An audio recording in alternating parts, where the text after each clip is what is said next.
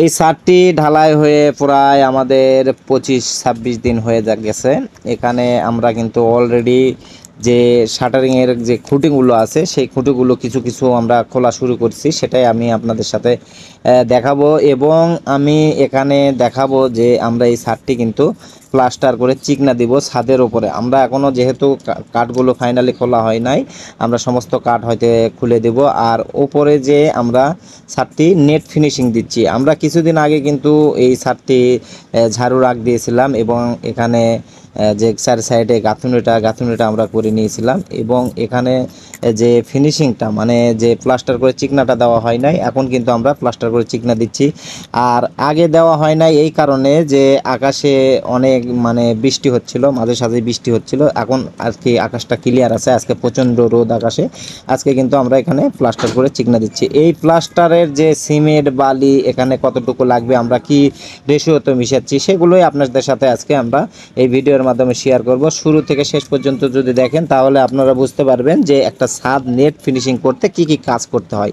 এখানে দেখেন ঘোলা দেওয়া হচ্ছে, মানে আমরা যখন ছাদটা লেবেল করে নিই, পাটা মেরে যখন লেবেলটা করে নেওয়া হয় তারপরে কিন্তু এরকম ঘোলা দেওয়া হয় এবং তারপরেও কিন্তু আবার পাট্টা মারা হয়। এই কারণে যাতে এই ঘোলাটা যেন মশলার সাথে ভালোভাবে মিক্সিং হয়, এই ভালোভাবে মিক্সিং করার জন্য এখানে কিন্তু আমরা পাট্টাটা আবার দিব, এই কারণে যে আমাদের মশলাটা যেন খুব ভালো টাইট হয়। আর যখনই আপনারা যে কোনো ছাদের নেট ফিনিশিং করবেন বা প্লাস্টার করে চিকনা দেবেন, সেগুলোতে আপনাকে খেয়াল রাখতে হবে যে আপনার যে মশলাটা মিশাবেন সেটা যেন 4 ভাগে মিশানো হয়, মানে 4 বস্তা বালি এবং 1 বস্তা সিমেন্ট, এটা আপনাকে সর্বোচ্চ দিতেই হবে। আর যদি আপনারা 3 বস্তা বালি 1 বস্তা সিমেন্ট দেন, সেক্ষেত্রে কিন্তু ছাদের ব্যাপারে আমি হয়তো বাদ দেওয়ার জন্য নিষেধ করব। এই কারণে ছাদে কিন্তু প্রচণ্ড রোদ বা তাপ সহ্য করতে হয়, সেক্ষেত্রে বেশি কড়া মশলা যখন দিবেন তখন কিন্তু বেশি মাগরা ফাটা বা আঁশ ফাটা হওয়ার সম্ভাবনা থাকবে। সেই জন্য আমরা 4 ভাগে মশলা দিচ্ছি এবং এখানে পাতলা ঘোলা দিয়ে আবার কিন্তু পাটটা টেনে দিচ্ছি, এই কারণে যাতে আমাদের বালির সাথে বা উপরে যে সিমেন্টটা দেওয়া হচ্ছে, সিমেন্টের গোলাটা দেওয়া হয়, সেটা কিন্তু আমাদের বালির সাথে উপরে যেন একটা চড়ি হয়, চড়ির সৃষ্টি হয়। সেখানে যদি আমরা উষা মেরে নেট ফিনিশিংটা করি, সেক্ষেত্রে কিন্তু আপনার কাজটা অনেক ভালো হবে। এখানে আমাদের প্রায় 1000 স্কোয়ার ফিট ছাদ নেট ফিনিশিং দেওয়া হচ্ছে। এই 1000 স্কোয়ার ফিট নেট ফিনিশিং দিতে আমাদের প্রায় এখানে 6 থেকে 7 বস্তা সিমেন্টের কাজ করতে হবে। যেহেতু আমাদের 5 বস্তার কিন্তু মশলাই মেশাতে হবে, কারণ হচ্ছে যে যখন একটা ছাদ নেট ফিনিশিং করা হয় সেই ছাদটি কিন্তু স্লোপ করা হয়।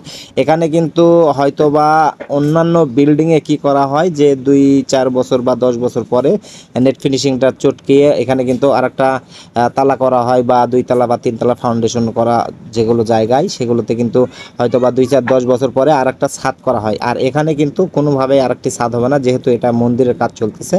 দেখেন কোনো জায়গায় কিন্তু রড বের করে রাখা হয়নি, শুধু আমরা মাঝখানে 4টা কলামের রড বের করে রাখছি, যে মাঝখানে একটু আমাদের চূড়া বা গুম্বুজ যেটাই বলেন সেটা হবে মন্দিরের মাঝখানে। সেই জন্য কিন্তু আমরা 4 কোনায় রড বের করে রাখছি। এটা কিছু দূর উচ্চতা হয়ে এখানে আরেকটা ছাদ হবে। যাই হোক, আমি ওইদিকে না যাই, আমরা নেট ফিনিশিং নিয়ে যে কথাটা বলতেছিলাম, এখন কিন্তু আপনাকে কি করতে হবে, এখানে উষাটা কিন্তু খুব সুন্দরভাবে মেরে নিয়ে তারপরে কিন্তু নেট ফিনিশিংটা করতে হবে।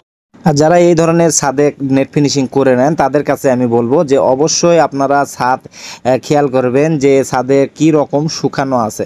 আপনার যদি ছাদটা বেশি শুকায় তাহলে কিন্তু আপনাকে একেবারে পাতলা ঘোলা দিতে হবে, এবং যদি আপনার ছাদটা কম শুকিয়ে থাকে মানে ভিজা ভিজা যদি থাকে, সেক্ষেত্রে কিন্তু একটু মোটা ধরনের গোলা দিতে হবে।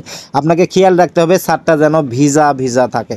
আপনারা হয়তো বা পর্যাপ্ত পানি দিয়ে বা পর্যাপ্ত ঘোলা দিয়ে ছাদটাকে নরম রাখার চেষ্টা করবেন, যাতে যখন আপনার যেহেতু আমরা একদিকে উঁচু করি একদিকে স্লোপ করি, এই উঁচু মানে স্লোপের কারণে উঁচু দিকে আপনাকে কিন্তু প্লাস্টার করে আগেই ঘোলাগুলো দিতে হবে, যাতে উঁচু জায়গাগুলোতে কিন্তু তাড়াতাড়ি আগে শুকিয়ে যায়, তারপরে কিন্তু আপনাকে নিচু জায়গাগুলো ফিনিশিং করে এবং সেখানে ঘোলা দিতে হবে। ঘোলাটা কিন্তু অবশ্যই আমি যেটা বললাম যে একটা আমাদের এখানে ছাদটা একেবারে বেশি শুকিয়েও যায়নি, বেশি নরমও নাই, সেই জন্য মিডিয়াম সিস্টেমে ঘোলা দিয়ে এখানে নেট ফিনিশিংটা করা হচ্ছে। আর নেট ফিনিশিং ঘোলা দেওয়ার পরেও কিন্তু আপনাকে ওপরে আরেকবার কন্নি দিয়ে টানতে হবে, যে আপনারা হাত কন্নি বা ছোট কন্নি দিয়ে বা বড় কন্নি দিয়ে টানেন না কেন, আরেকবার টেনে দিতে হবে। কারণ হচ্ছে যে আপনার ঘোলাটা এখন হয়তো ভেঙে দেওয়া হচ্ছে, পরবর্তীতে ভালো বসার জন্য বা আপনার ভালো ফিনিশিং আসার জন্য কিন্তু এর উপর আবার কর্নি দিয়ে আপনাকে ডলতে হবে বা আপনাকে ঘষতে হবে, তাহলে আপনার কাজটি কিন্তু 100% অ্যাকুরেট হবে। দেখেন কিছু কিছু কাজ কিন্তু না বললেও অনেক সময় কাজের সাইটে আসলেও কিন্তু বোঝা যায় যে কাজটা কীরকম হতেছে। এইভাবে যদি আপনারা কাজ করেন সেক্ষেত্রে আপনার কাজটা কিন্তু অনেক সুন্দর এবং মজবুত হবে। আর খরচটা এখানে কত টাকা খরচ হবে যে ছাদে নেট ফিনিশিং করতে, আমাদের কিন্তু আমরা আগে বলছি যে এখানে 1000 স্কোয়ার ফিট ছাদ হবে। 1000 স্কোয়ার ফিট যদি ছাদ ফিনিশিং করেন সেক্ষেত্রে আপনার বালি, সিমেন্ট এবং মিস্ত্রি খরচ, এখানে বালি, সিমেন্ট আর মিস্ত্রি খরচটা যদি আমরা ধরি প্রায় আপনার 8000 টাকার মতো খরচ হবে এখানে, সিমেন্ট, বালি এবং মিস্ত্রি খরচ সহ।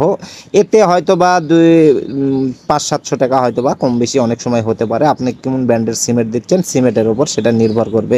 সিমেন্টে কিন্তু অনেক সময় দেখা যায় 50 বা 30-40 বা 50 টাকা এরকম কম বেশি হতে পারে। ঠিক আছে, ধন্যবাদ সবাইকে আমাদের সাথে থাকার জন্য বা আমাদের ভিডিওটা দেখার জন্য। আমরা যে কাজগুলো করতেছি এখানে, এই কাজটা আপনার কাছে কতটুকু সঠিক মনে হচ্ছে আপনারা অবশ্যই কমেন্টে জানাবেন। আর অনেকেই আমাকে জিজ্ঞেস করে যে ছাদ নেট ফিনিশিং কতদিন পর দিব।